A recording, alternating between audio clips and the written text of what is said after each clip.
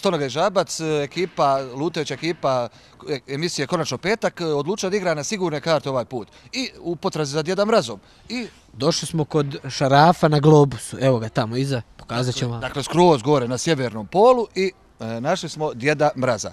Evo, prvo pitanje za gospodina Djeda Mraza, da li ste vi pravi Djeda Mraz? Da, ja sam pravi Djeda Mraz, glavom i bijelom bradom. A odakle si ti? Jesi ti odade sa sjevernog pola?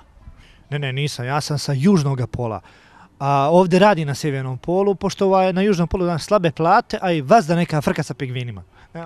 Nije mi jasno, ovdje na sjevernom polu nigdje snijega, nigdje leda, o čemu se radi? Ovo je kao lažni snijeg iza nas. Pa slušajte, ovo globalno zagrijavanje nema, to je sve živo istopilo. Sve živo istopilo, nema ništa. Dakle, grijanje u pola cijene sad, a? Pa grijanje je jeftino, to je pozitivna stvar, mala grijalica treba, ne treba.